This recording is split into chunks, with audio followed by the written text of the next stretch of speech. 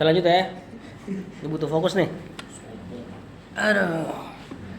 Ini terakhir kita bahas terkait masalah lafaz ada hakiko sama majaz. Hakiko yang digunakan dengan lafaz aslinya. Ya, hakiko ada 3 kemarin. Hakiko urfiyah, syariah, urfiyah sama lugawiyah. Atau syariah, lugawiyah sama urfiyah. Seperti kalau misalnya hakiko syariah seperti kata as-shalah. Kalau hakiko syariahnya ngasih mana, Pak? Salat syariah. Salat yang ma'ruf yang kita kenal. Ya. Kalau lugawiyahnya doa. Nah, kalau misalnya hakiko urfiyah seperti lafaz dabbah. Secara lugawiyah dabbah itu semua yang melata di bumi sampai kita. Adapun urf udah nganggap dabbah sebatas hewan kendaraan berkaki 4. Yang berkaki selain 4 tidak dianggap dabbah lagi. Nah, ini hakiko. Nanti lafaz hakiko, lafaz asli kita juga maknai sesuai dengan apa bidang yang dia inginkan padanya. Misalnya lagi bahas ilmu lugo, ya pastinya kita maknai dengan lugawiyah. Kalau lagi bahas masalah fikih, kita jadikan maknanya hakiko syariah fikhiyah bahkan. Ya, lagi bahas ilmu hadis nanti pokoknya semuanya sesuai dengan cabangnya. Kemudian majaz, adapun majaz menggunakan lafaz tidak sesuai dengan makna atau letak aslinya. Penggunaan aslinya seperti asad untuk orang pemberani. Tapi ingat, kemarin kata beliau majaz itu bisa kalau ada qarinah yang menghalangi ke makna asli. Seperti misal ra'aitu asadan yarmi. Mana qarinahnya yang menghalangi makna asli? Yarmi. Gara-gara kata yarmi, asad di situ nggak bisa jadi hayawanul muftaris. Nggak bisa jadi hewan gondrong. Tapi jadinya rajulun syuja. Dan harus ada alaqah. Kaitan antara makna asli sama majaz. Adapun makna asad sama rajulun syuja, apa alaqahnya? Ya, dalam istilah balaghahnya apa? Alaqahnya tasbih. Ingat kan antum, kalau alaqahnya tasbih berarti majaznya disebut isti'arah. Ini yang mau kita bahas. Kata penulis di paragraf sebelumnya, wa yustaratu li sihhati isti'malil lafzi fi majazi, disyaratkan sahnya menggunakan lafaz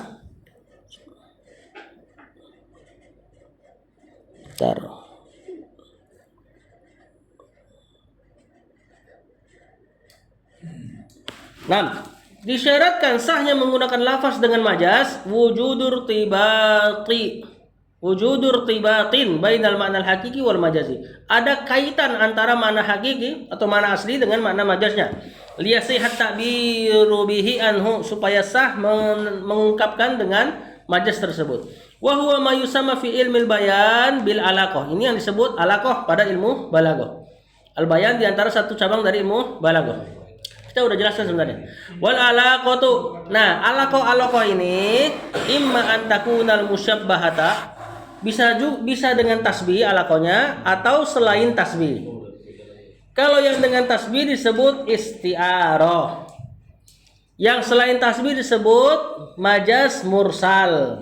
Nanti majaz mursal banyak banget cabangnya. Ada yang tentang yang sebab, ada yang musabbab, ada yang nanti majaz mursal kulliyah, ada yang juz'iyah. Masih ingat nggak? Mudah-mudahan masih ingat ya. Nah, minimal kalau nggak ingat masih terupload lah. Antum tinggal ini, tinggal cek lagi.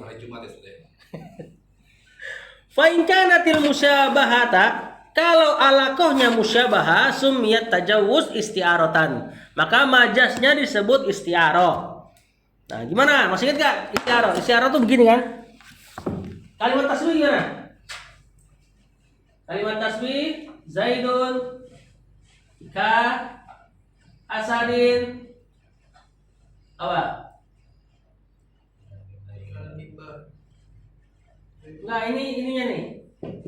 Kalimat tasbih dulu. Fi syaja'atihi. Zaid seperti singa pada keberaniannya. Zaid musyabbah bih. Kaf adatut tasbih.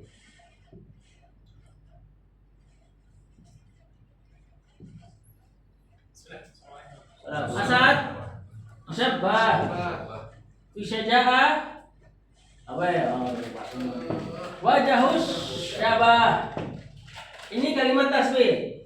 Gimana bikin istiaroh? Istiaroh pertama, sebelum kita bikin istiaroh, tasbih semakin kuat. Pertama kalau kita hapus wajah syabah. Zaidun ka'asadin. Zaid seperti singa. Enggak dijelaskan apanya. Berarti lebar namanya umum. Makin kuat lagi ada tuh tasbihnya kita buang. Zaidun asadun. Zaid adalah singa. Makin apa? Makin tasbih. Allahu nuru samawati sama di antara itu. Allah seperti cahaya. Nah, isti'aroh itu menghilangkan unsur babinya. Lalu kita pakai pada kalimat baru. Misalnya, jadilah dia ra'aitu asadan yarmi.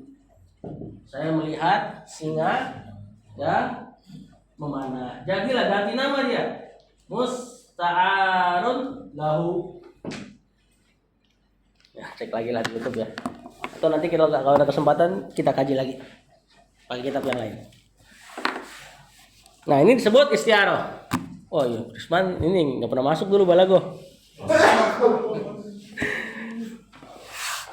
Kata penulis, kata jawuzi bilafzi asadin anir rajuli suja, seperti memajaskan lafaz singa bagi orang yang pemberani. Karena orang yang pemberani seperti singa. Nah, kata seperti ini tasbih kan dalam ilmu balaghah.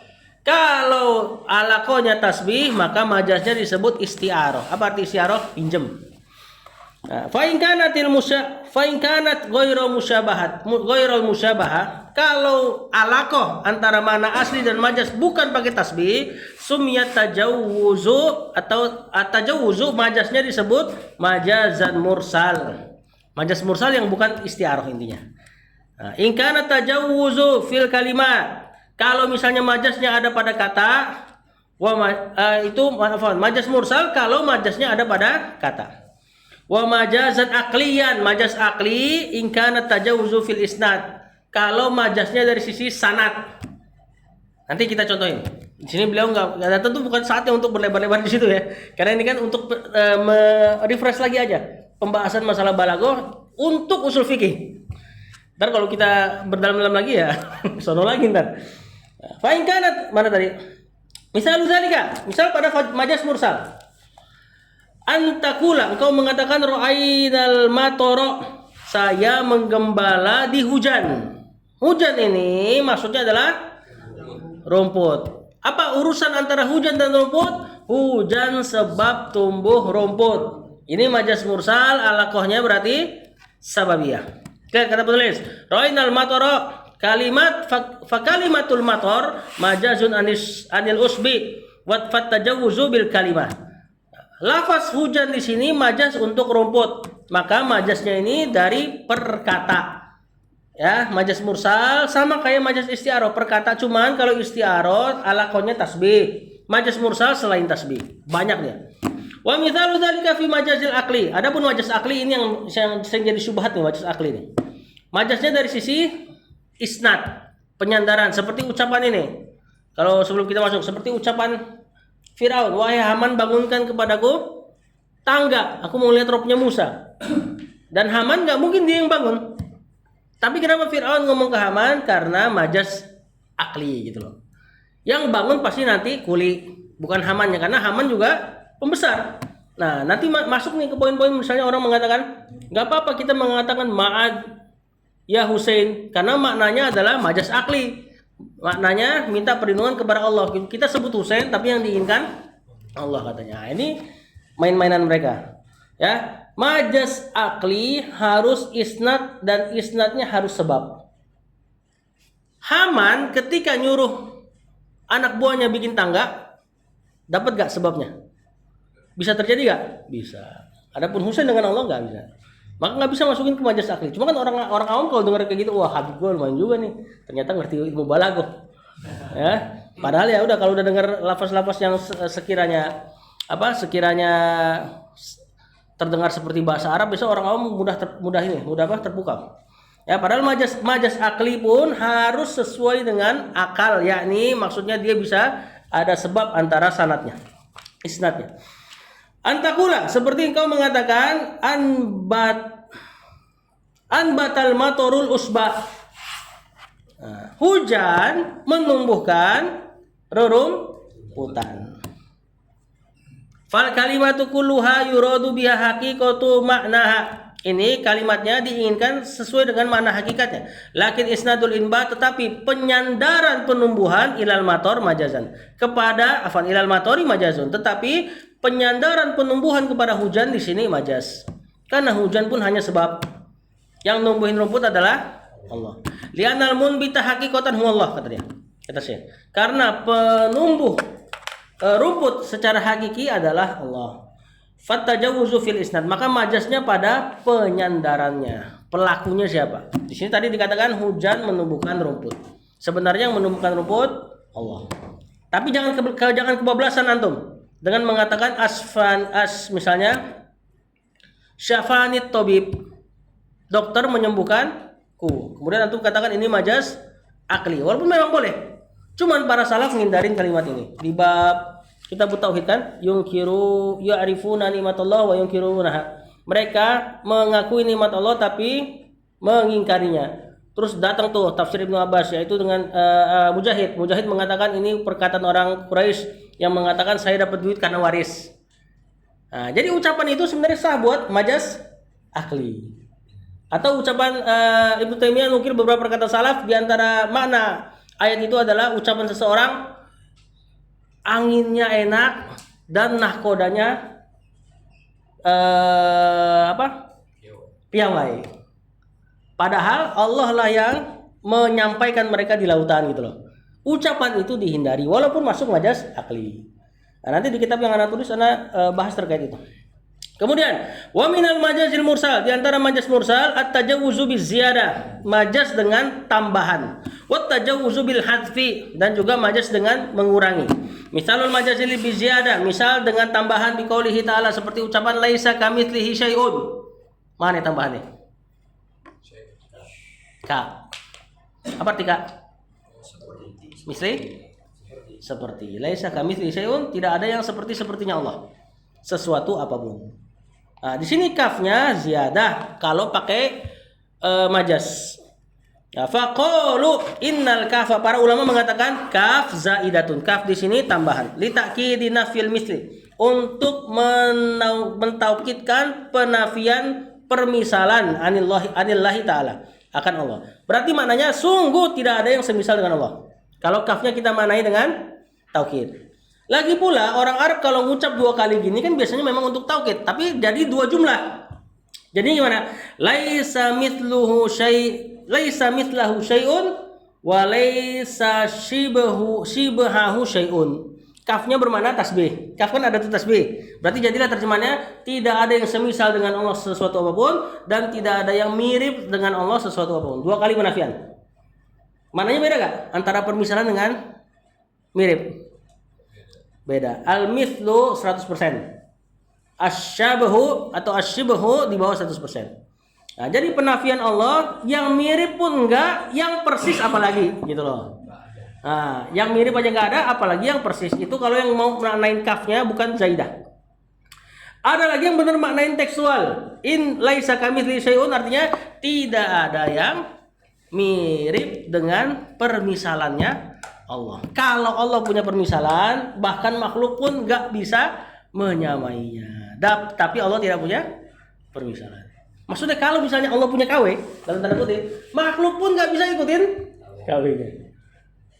Ada yang maknanya ke situ. Nah, di sini simpelnya aja kita katakan di sini kafnya majaz, berarti kita nggak terjemahin. Berarti langsunglah tidak ada yang serupa dengan Allah sesuatu apapun. Ini majaznya biziyadah.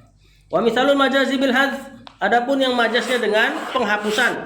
Qauluhu ta'ala, seperti ucapan Allah, was'alil qaryah, tanyalah desa, yakni was'al ahlal qaryati, tanyalah penduduk desa. Fahudifat ahlu majazan, maka kata ahlun di sini dihapus sebagai majaz. Walil majazi anwa'un katsiratun madhkuratun fi ilmil bayan, dan untuk majaz tentunya ada pembahasan yang lebih lengkap di ilmu balaghah. Nah, apa faedahnya? Kenapa Allah katakan was'alil qaryah? Tanya tuh sama desa. Padahal desa tuh nggak bisa ditanya. Yang ditanya penduduknya. Kenapa nggak dikatakan was'al ahlal qaryah? Nah, itu dia. Saking famousnya tuh cerita sampai seolah-olah bangunan kalau bisa ngomong, dia akan ngasih kabarnya. Ya, ingat ilmu balaghah untuk pelajari untuk dapat makna lebih dari ayat-ayat Al-Qur'an. Jangan cuma wasal Korea, oh maksudnya wasal ahlul qaryati udah gitu doang. Ya, kenapa dihapus pasti ada tujuannya. Enggaklah Al-Qur'an hapus satu huruf atau bahkan nambah satu huruf kecuali ada faedah tambahan.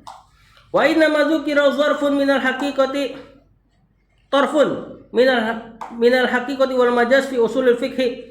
Dan tiada lain sedikit disebutkan tentang hakikat dan majaz dalam ilmu usul fikih li'anna dilalatul alfaz, karena penunjukan lafaz. Nah, ini bab baru nih nanti. Dilalatul alfaz salah satu nama cabang ilmu lagi terkait ilmu usul fikih.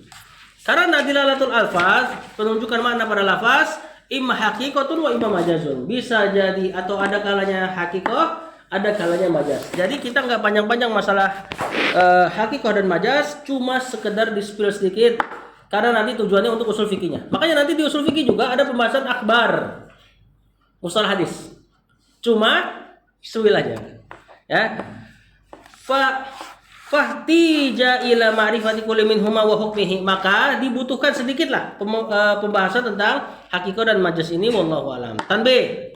Kata penulis, taksimul kalam ila hakikatin wa majaz, pembagian kalam ke hakikah dan majaz, wal masyhur inda aksiril mutaakhirin.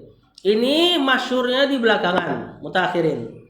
Ya, fil Quran wa ghairihi, di Quran maupun di kalam orang Arab secara umum. Wa qala ba'du ahli ilmi, sebagian ahli ilmi mengatakan la majaza fil Quran. Tidak ada majaz dalam Al-Qur'an. Nah, berarti tadi gimana? Wasal Korea. Mereka langsung memanai yaitu uslubnya orang Arab. Insya Allah kalau antum mengatakan wasal Korea, pasti langsung ngerti yang ditanya adalah penduduknya. Yang mengatakan gak ada majaz, dia langsung maknain itu sebagai uslubnya orang Arab saja. Tapi mereka nggak salah paham terhadap tafsirnya. Perkataan wasal Korea untuk orang yang nggak menerima majaz, dia akan tetap mengatakan maksudnya adalah tanya penduduk negeri. Orang yang menetapkan majaz ya sama aja, lebih dapat maknanya. Ya, maka ini khilafnya khilaf lafziyah. Mereka khilaf tapi dari sisi lafaz saja. Sama kayak roa itu Asad dan Yarmi yang mengatakan majaz, Asad isti'arah dari rajulun suja. Yang mengatakan tidak ada majaz, enggak, itu uslubnya orang Arab. Insya Allah kalau dibilang roa itu Asad dan Yarmi, pasti langsung dipahami itu bukan singa gondrong. Mereka jadiinnya seperti gitu. Langsung direct gitu loh, nggak ada cabang ilmu buat ngebahas itu, pokoknya langsung direct pasti dipahami kayak gitu. Nah, yang mengingkarinya waqala akharun, ada pun orang lain yang kelompok lain mengatakan la majaza fil Quran wala fi ghairihi, nggak ada majaz di Quran, bahkan dalam kalam Arab nggak ada. Wa bihi qala Abu Ishaq al-Isfirani. Apa itu bacanya? Al-Isfirayini. Yang mengatakan tidak ada majaz bahkan dalam bahasa Arab ini tadi. Wa minal mutaakhirin, di antara orang yang belakangan al-alamatu Syekh Muhammad Al-Amin Asy-Syinkiti, gurunya Syekh Utsaimin, mengatakan tidak ada majaz dalam bahasa Arab. Ya, tadi ya, ingat ya, maknanya adalah mereka tetap terjemahinnya sama. Roa itu Asad dan Yarmi, saya melihat seorang singa, yakni orang pemberani sedang memanah. Dia nggak bakal salah paham. Bukanlah orang yang menafikan majaz terus dia kira singanya benar-benar mana, nggak kayak gitu insyaallah. Ya. Waqad bayyana Syekhul Islam Ibnu Taimiyah, dan telah menjelaskan Syekhul Islam Ibnu Taimiyah wa tilmizuhu Ibnu Qayyim, ya, annahu istilahun haditsun, majaz dan tidaknya ini adalah istilah yang baru ba'dan qidail quruni salasatil mufaddalati. Ya, setelah generasi yang ketiga. Generasi yang ketiga kalau ketemu ayat-ayat yang orang hari ini bilang majaz, dia langsung terjemahkan konsekuensinya. Nah, generasi yang ketiga tuh. Berarti ini memang istilah yang baru. Cuman kita perlu pelajari buat counter mereka.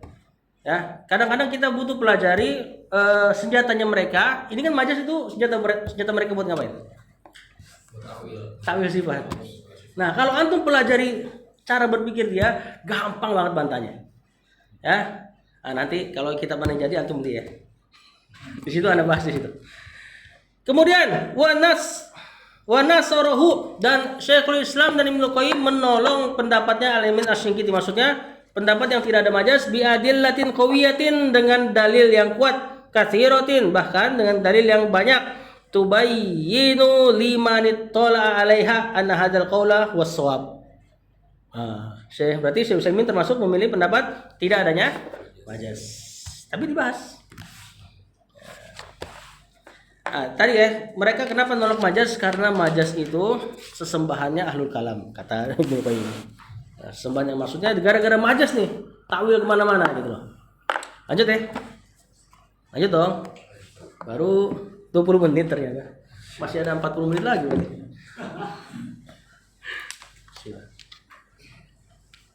Baru kita masuk ke poin intinya nih. Poin inti usul fikih. Yang pertama al-amru. Apa artinya? Perintah. Berarti jamaknya apa? Umur berarti bukan. Jamaknya perintah awamir. Kalau amru jamaknya umur, apa artinya? Urusan. Nah, al-amru di sini al-amru mufradnya awamir.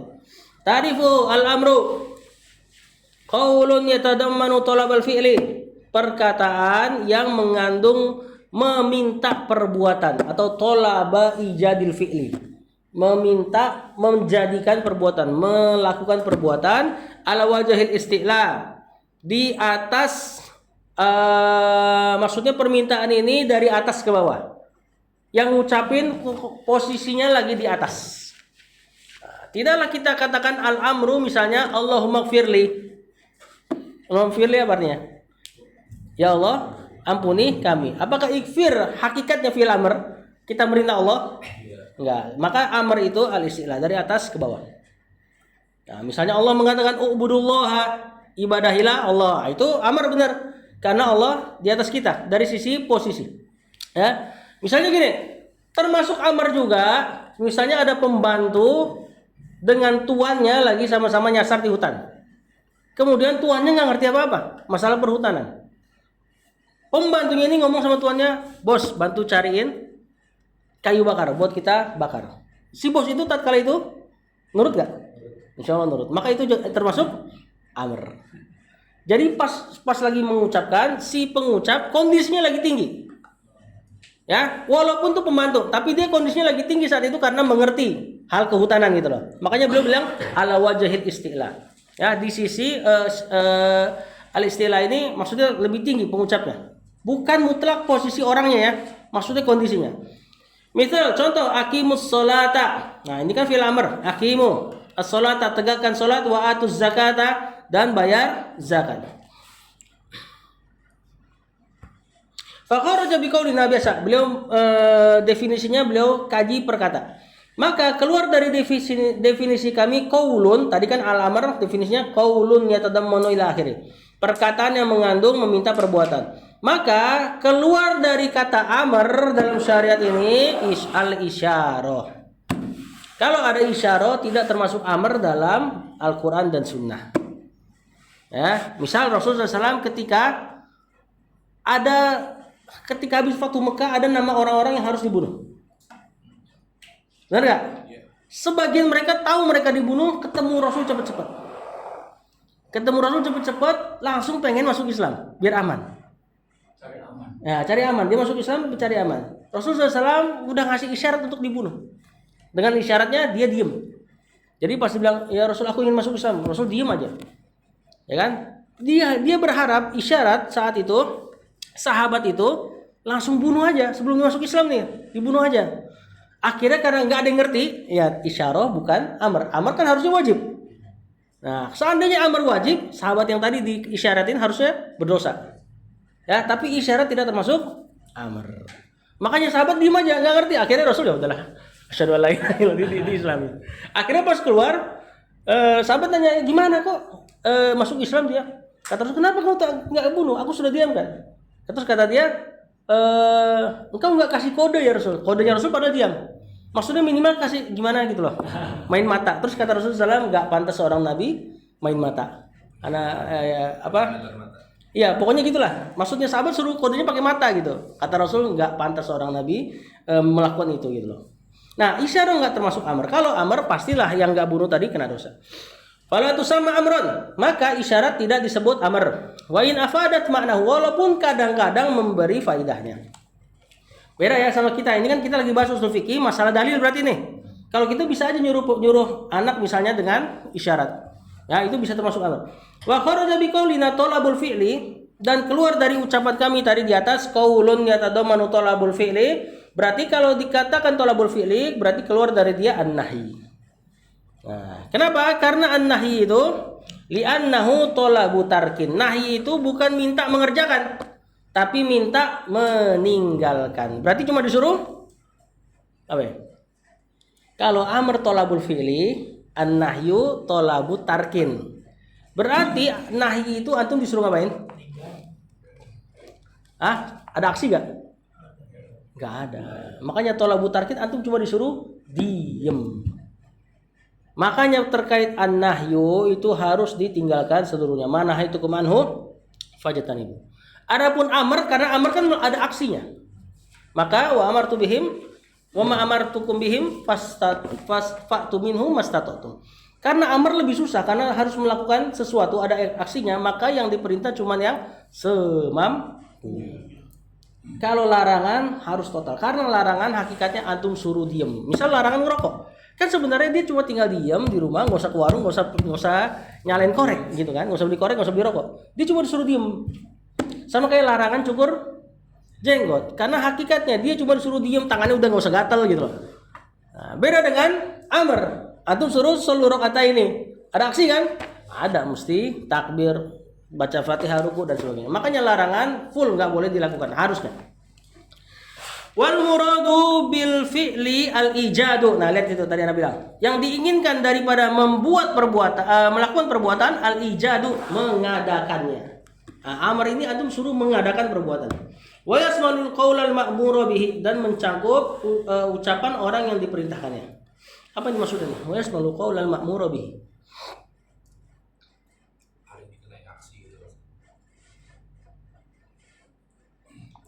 Oh, termasuk ucapan kul ya. Nah. Termasuk ucapan kul juga itu amr. Karena ketika antum mengatakan kul lahum, katakan kepada dia, maka kan dia akan mengatakan. Dan mengatakan termasuk fi'lun. Ya, perkataan termasuk fi'lun. Wa kharaja biqaulina, keluar juga pada definisi tadi ala wajhil istilah, yang memerintah harus tinggi al-iltimas wa doa, dan juga doa. Maknanya sama. Iltimas minta, doa maknanya minta. Wa ghairuhuma mimma yustafadu min sighatil amri bil qara'in.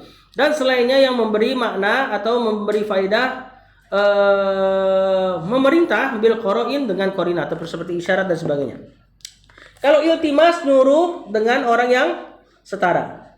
Kalau doa nyuruh dari bawah ke atas. Makanya sebagian kitab Allahumma gfirli ikfir fi'lut du'a, dia nggak sebut fi'il amr. Sekarang kita lihat apa aja siagul amr, sigohnya amr. Kalau ada dia berarti nanti apa konsekuensinya gitu.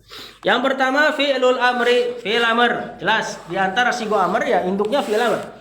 Misal contoh utlu ma uhiya ilaika minal kitabi. Mana fi'il amrnya? Utlu. Nah, ini perintah ke Rasul sallallahu alaihi wasallam. Ya. Bacakanlah apa yang diwahyukan kepadamu dari Alkitab. Berarti hukumnya membacakan wahyu kepada para sahabat, kepada Rasul SAW, perintah dari Allah kepada Rasul, maka Rasul wajib menyampaikannya. Karena ada utlu. Yang kedua ismu fi'lil amri. Isim bermakna fi'il amr. Ada isim-isim yang maknanya fi'il amr. Di antaranya hayya. Apa artinya? Ta'alau. Segera kemarilah, ala sholati, menuju sholat. Hayya bukan fi'il amr, tapi maknanya amr, maka termasuk kewajiban. Hayya ala sholat berarti apa? Wajib untuk sholat jamaah tentunya. Ya, karena ini azan. Sama kayak isim fi'il amr apa lagi? Alaikum bisunnati. Alaikum bermakna ilzam. Ya, walaupun jar majrur tapi dia sebenarnya isim fi'il amr. Maka berpegang teguh kepada sunnah Rasulullah SAW wajib hukumnya. Yang ketiga al-masdarun naib an fi'lil amr. Masdar yang jadi niyabah dari fi'il amr, pengganti fi'il amr. Masdar di sini maksudnya bisa mansub sebagai maf'ul mutlak atau nanti marfu sebagai khabar biasanya. Kalau ada dia biasanya itu ada makna amrnya. Contoh Fa idza laqitumul ladzina kafaru fadarbar riqab. Jika kalian menemui orang-orang yang kafir, fadarbar riqab. Apa arti darbar riqab? Maka pemukulan leher. Kan gitu kalau terjemahan tekstual. Dor pemukulan. Masdar. Cuman biasanya yang kayak gini fadrib darbar riqab. Pukullah pada lehernya. Jadi maf'ul mutlak. Seperti apa ayat ini? Anibudullaha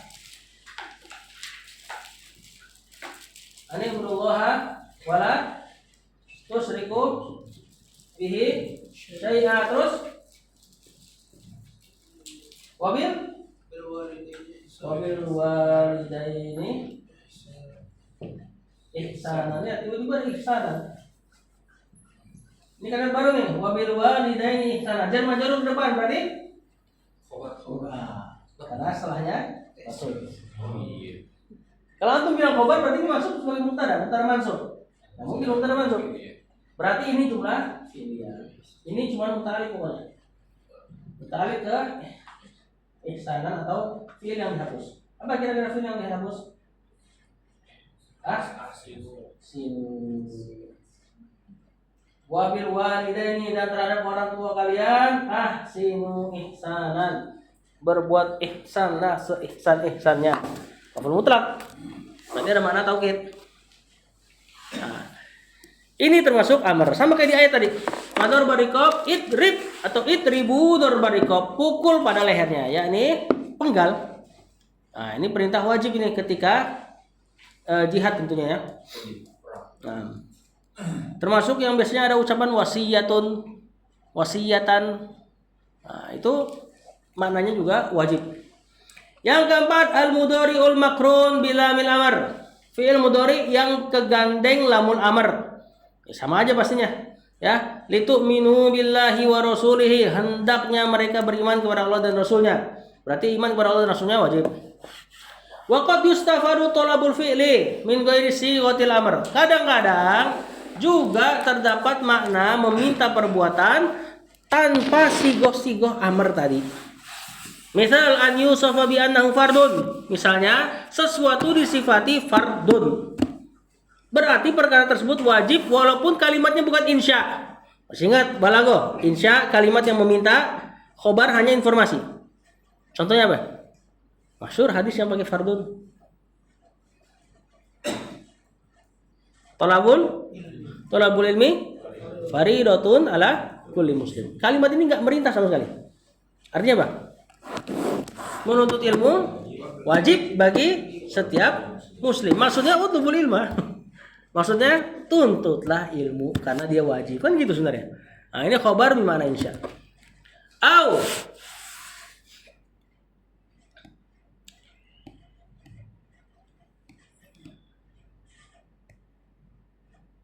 Atau seperti ini, hadis yang ini apa?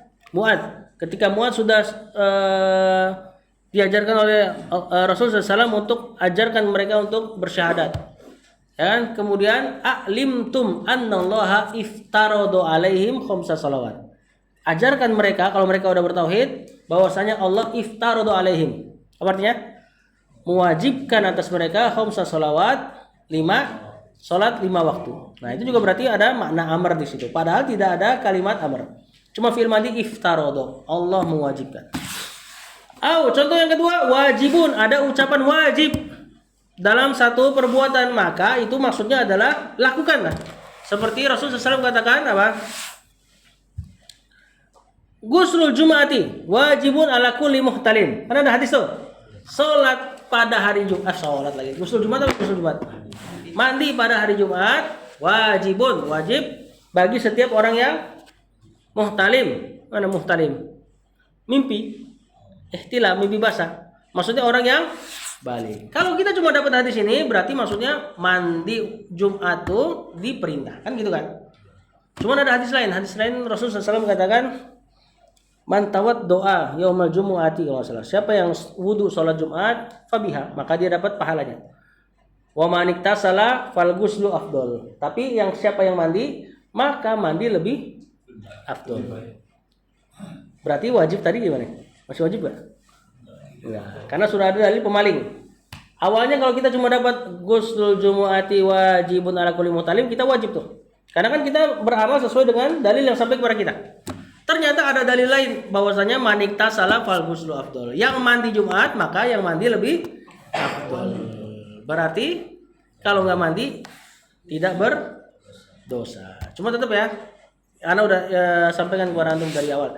Belajar usul fikih tetap kita beragama sebagaimana orang awam. Jangan gara-gara tahu hukumnya. Nih udah senyum-senyum. Wah mantep nih nggak mandi gua nih. Jangan gara-gara tahu hukumnya ternyata nggak wajib, antum jadi nggak mandi. Ya. Sunnah. Au mandubun. Kecuali kalau misalnya junub ya. Kalau junub ya nggak ada cerita tuh. Ini maksudnya kalau misalnya junub nggak junub nih. Atau di sini justru ada motivasi untuk junub. Yang halal tentunya ya. Ada motivasi untuk junub yang halal. Makanya sunnahnya berhubungan tuh sebelum sholat Jumat. Bukan malam Jumatnya, sebelum malam Jumatnya. Ya. Sebelum ya pokoknya di waktu-waktu duha itulah. Ya, termasuk itu yang walaupun kata para ulama di sini mandinya juga bisa dimaknai setiap yang ada urusan sama kaum muslimin banyak. Itu disunahkan mandi. Walaupun nggak selalu ada motivasi untuk mandi junub, maksudnya menjunubkan diri kemudian mandi. Ya. Nanti kiasnya kemana-mana tuh. Kalau Jumat aja mandi berarti nanti menuntut ilmu mandi. Termasuk nanti yang mandi juga apa? Sholat 2 Id. Nah nanti pokoknya yang ketemu kaum muslimin banyak disunahkan mandi gitu loh. Kemudian kata penulis, au mandubun atau ada ucapan mandub, wallahu alam. Beliau di syarahnya nggak kasih contoh. Au ta'atun atau ucapan taat.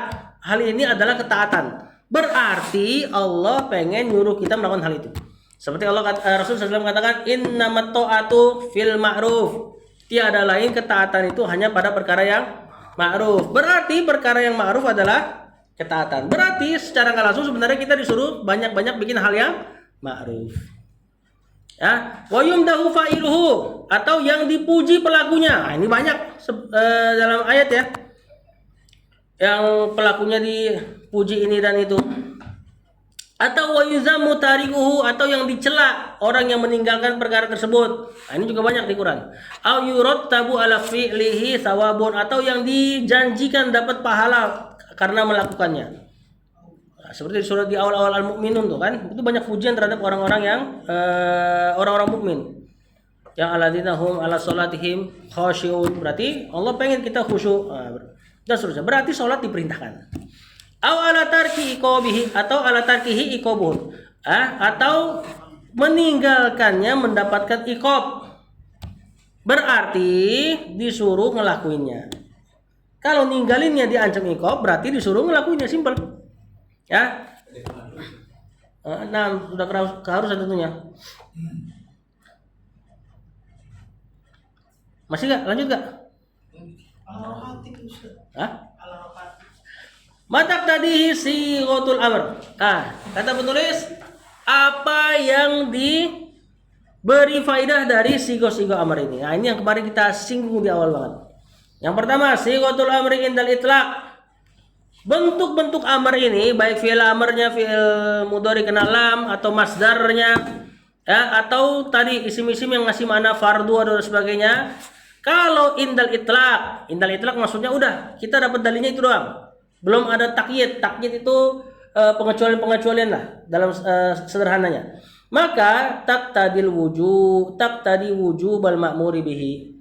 Memberi faedah wajibnya hal yang diperintahkan tersebut. Yang pertama. Yang kedua, wal mubadarati. Harus bersegera bi fi'lihi fauran dengan segera. Nah, mubadarah segera, fauran segera.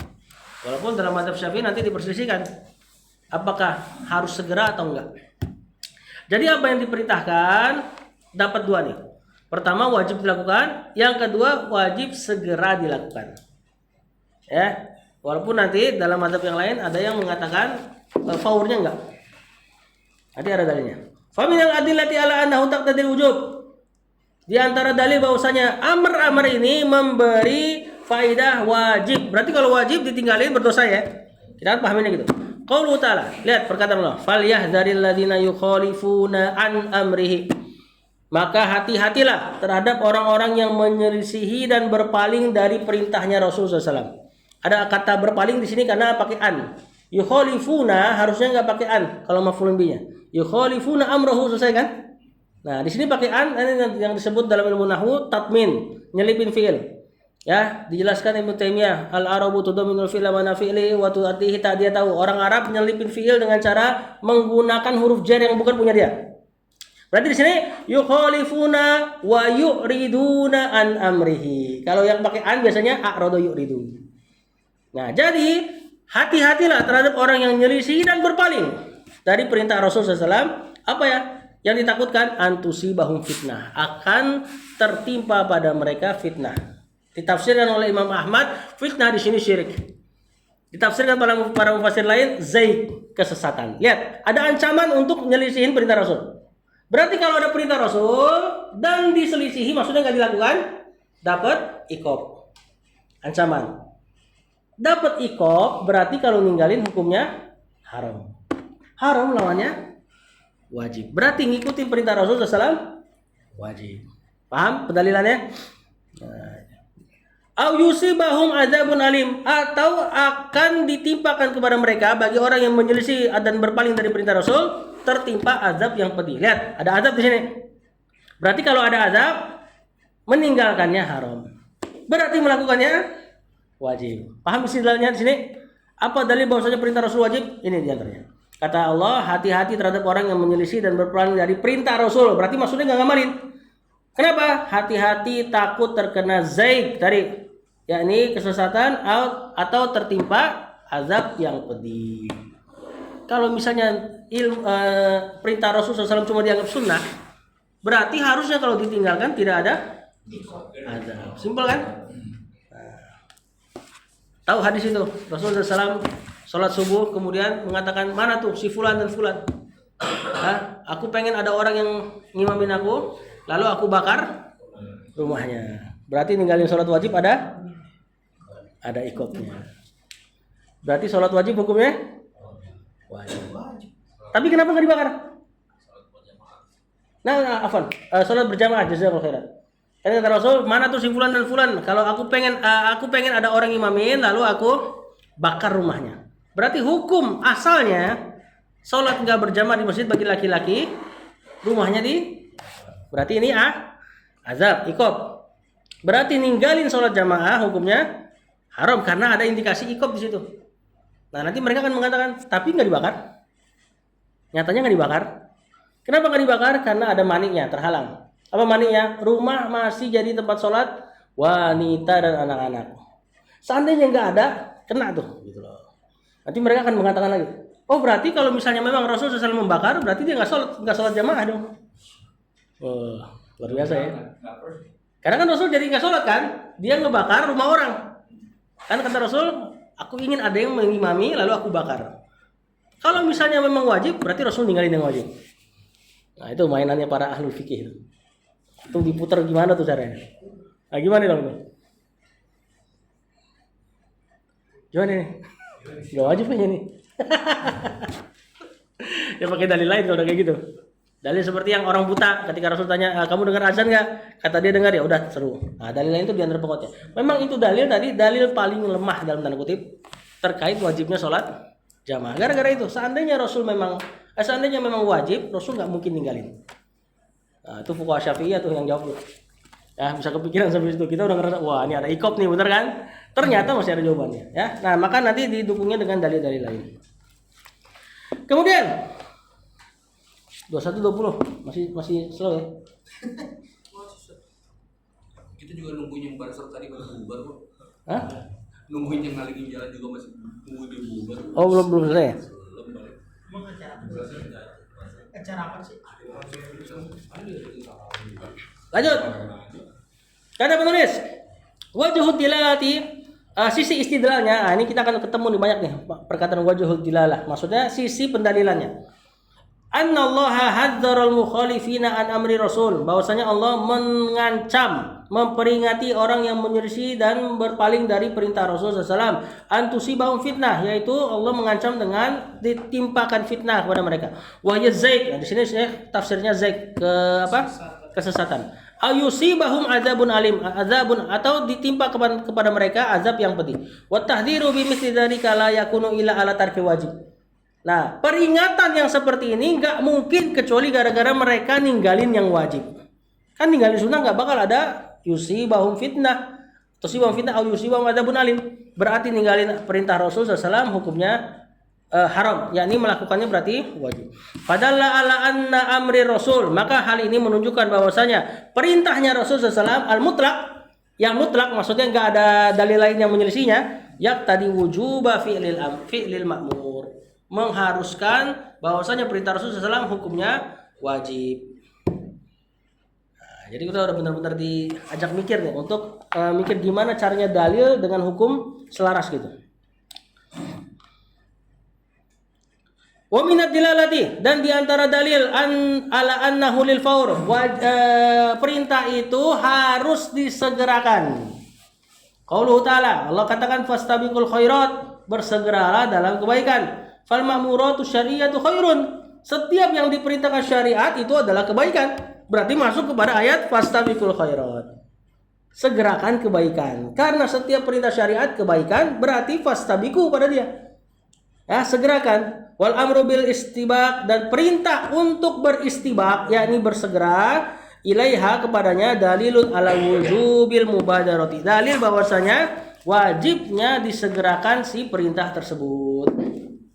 Walianna Nabi SAW, dan juga Nabi SAW kariha ta'khiron nas, Rasul membenci manusia mengakhirkan ma'amarahum bihi, apa yang beliau perintahkan, minan nahri, seperti sembelihan, wal halqi, pencukuran, yaumal Hudaybiyah, pada hari Hudaybiyah. Kan Rasul nyuruh kan, suruh udah pulang, udah cukur, sembelih ke domba kalian, cukur rambut kalian, kita nggak jadi umroh. Sahabat nggak ada yang ngelakuin. Marah nggak dia? Marah. Cuma nggak berkuasa saat itu. Akhirnya dia cerita ke Ummu Salamah bilang, udah lakuin aja Rasul. Mereka kan ittiba gitu loh. Akhirnya Rasul cukur rambut dia sendiri, sembelih domba dia sendiri. Para sahabat pun akhirnya baru ngikutin. Ada sifat kebencian Rasulullah SAW terhadap takhirnya mereka. Berarti perintah harusnya segera. Sama lah kayak tuh punya pembantu, Bo beli nasi goreng, dia diam aja. Terus pas antum tanya, kenapa enggak ini? Kenapa enggak beli? Kan tadi saya udah suruh. Oh, saya kira enggak taqtadil faur misalnya. Saya kira enggak harus langsung, kan antum marah pasti insyaallah. Ya, atau enggak pas antum suruh dia benar-benar enggak jalanin. Terus dia bilang, oh saya kira enggak taqtadil wujub. Nah, bahkan secara lugo perintah itu pasti wajib dilakukan dan wajib disegerakan.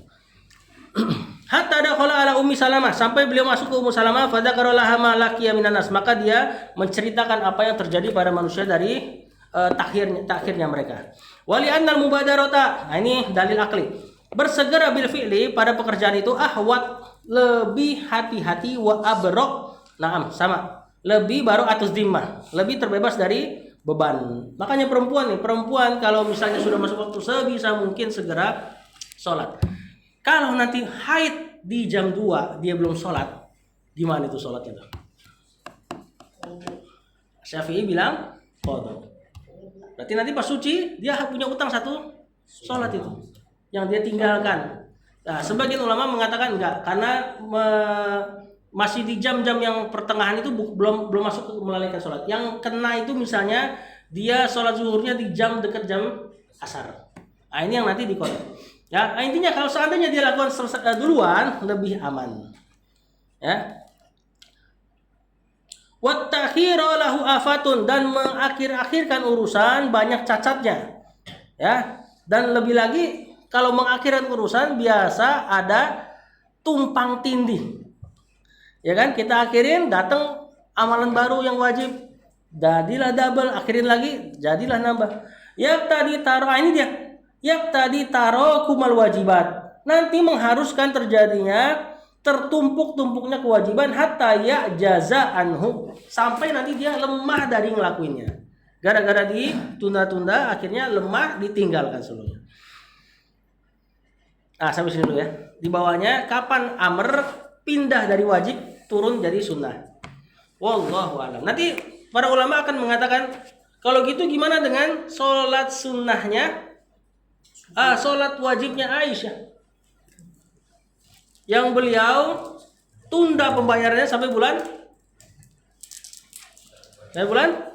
Sya'ban. Sya'ban kapan? 1 bulan sebelum Ramadan. Kalau misalnya perintah itu wajib faur, kenapa Aisyah mengakhirkan? Nah, nanti pembahasannya sampai situ. Jadi gimana nih? Faur apa enggak nih? Kenapa Aisyah mengakhirkan? Karena ngelayanin Rasul. Dia dalam hadis Rasul SAW, dalam hadis itu dia juga klarifikasi. Dia mengatakan, aku tidaklah bayar puasaku kecuali sampai bulan Sya'ban limakani Rasulillah, karena kedudukan Rasul SAW. Maksudnya dia ngelayanin. Kalau misalnya memang perintah tidak mewajibkan faur, harusnya beliau nggak mengatakan limakani Rasulillah. Karena justru dia bilang, ini aku nunda ini karena kedudukan Rasul. Dia ngasih alasan. Berarti mereka, para sahabat ngertinya al-amr lil faur. Aisyah pun ngertinya perintah itu harus segera, cuma limakani Rasul, karena kedudukan Rasul dia nggak bayar puasanya. Wallahu a'lam. Soalnya itu dalil nanti jadi dalil bahwasanya perintah itu nggak faur menurut beberapa mazhab. Termasuk ya diantaranya Syafi'iyah, sebagiannya mengatakan nggak faur. Makanya mereka nanti cabangnya kemana-mana, termasuk haji. Yang mengatakan faur berarti ada sedikit potensi antum berusaha untuk memperkaya diri untuk haji. Ada Syafi'i karena dia nggak faur, berarti kalau misalnya masih miskin ya udah. Selama itu juga tidak disuruh memperkaya diri untuk melakukan haji. Wallahu a'lam. Sallallahu ala nabiyina Muhammad wa ala alihi wa sahbihi wasallam.